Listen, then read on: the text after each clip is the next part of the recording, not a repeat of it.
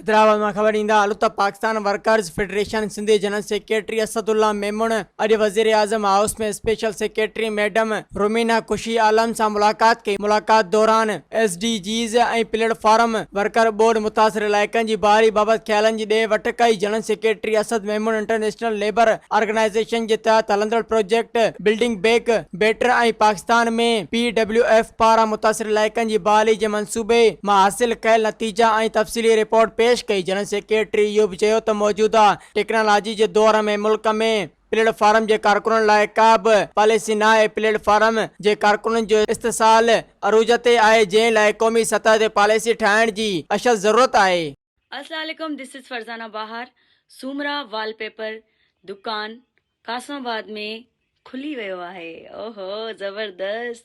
अॼुकल्ह त हर माण्हू ई चाहे थो त असां पंहिंजे घर जूं दीवारियूं तमामु ख़ूबसूरत बणायूं।